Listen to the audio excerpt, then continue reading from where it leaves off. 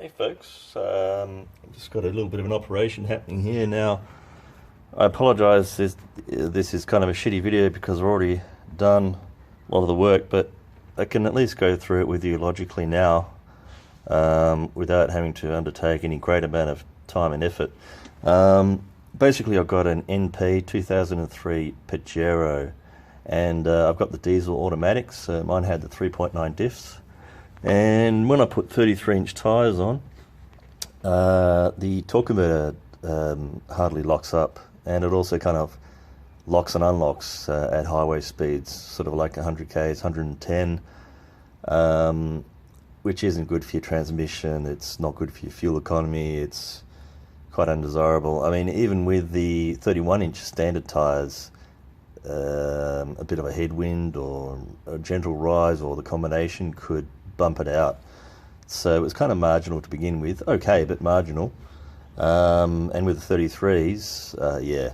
And it's a common sort of mod to grab the 4.3 diffs out of an NM, so earlier model Pajero, same Pajero, but if you get them out of the V6, they'll have a 4.3 ratio, and you also want to try and get, if you can, the LSD for the rear. So you've got extra traction. You're not just relying on the traction control. If you've got the LSD as well, that also boosts traction, and supposedly the two work together quite nicely to make it a bit more like a diff lock at the back. So basically I've undertaken to pull the rear diff out. I'm just doing the rear diff first.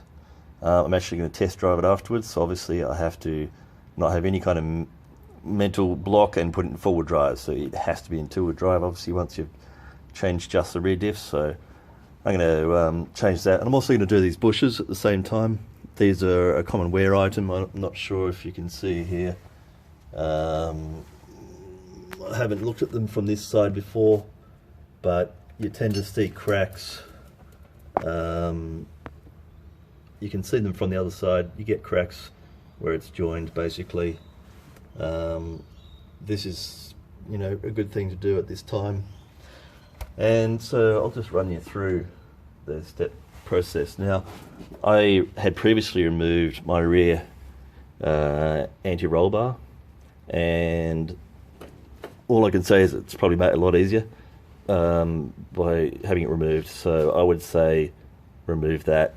It's probably going to make your life easier, or a lot easier, or it's, you know, you have no choice. I'm not sure.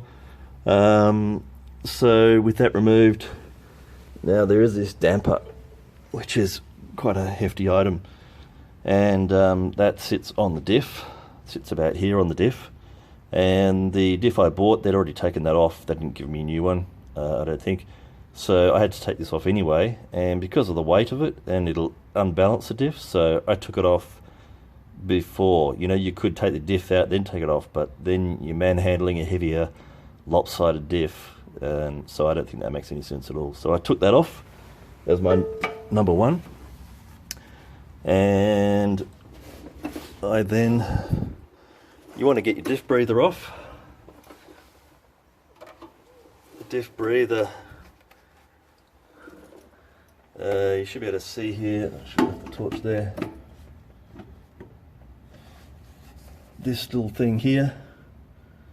Now there's just a rubber tube which attaches onto this plastic barb, so I was able to get that off just with my fingers with a bit of grunting. So obviously you want to get that off sooner rather than later. You don't want to start trying to drop the diff and discover you've left that on, because you'll just snap it off. And okay, so let's say the next thing I did was take the drive shaft off. So you can see here, this is a drive shaft, and what I decided to do is cable tie it up out of the way. So I fed a cable tie through that loop in the body there. There you go, you can see that now. And I fed it through one of the bolt holes, and yeah, I should have put the torch on with this video, but not sure if this phone does that. Okay, so that was, yeah, getting out of the way just saves you a lot of hassles later on.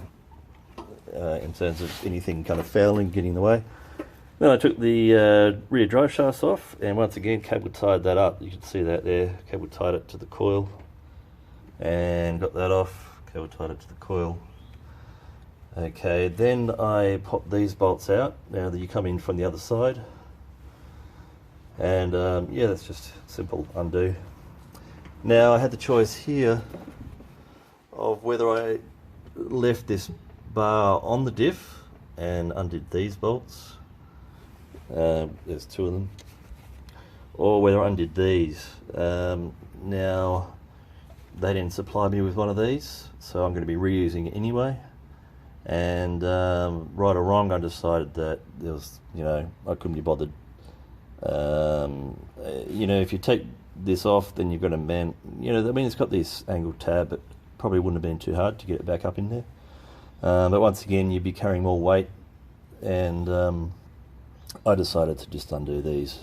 It was a bit awkward getting to the top, but it's really not a big deal. I guess I'll know when I go back together whether that was the wrong decision, but I think it would go together pretty easy. I mean, these are just a bolt coming straight up from the bottom. I think it's going to be pretty easy for me to line that up.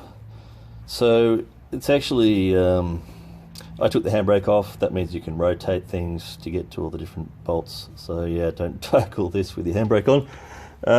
Oh, I forgot this. Now this is another thing I took off early. That's the second thing I took off. I've just killed the torch. Okay, this is basically a brace, and I'll try it. So that goes across from there to there. If you put it on the wrong way, then, which is probably this way, then it will touch the diff. If you put it on the correct way, which is probably that way, there's a bit of clearance there. You don't want it touching the diff or too close to the diff. The diff moves around on the rubber bushes, so just make sure you get that back in the correct way. I can't see that you could possibly get it out with leaving that on. So yeah. What I also find is that so here you've got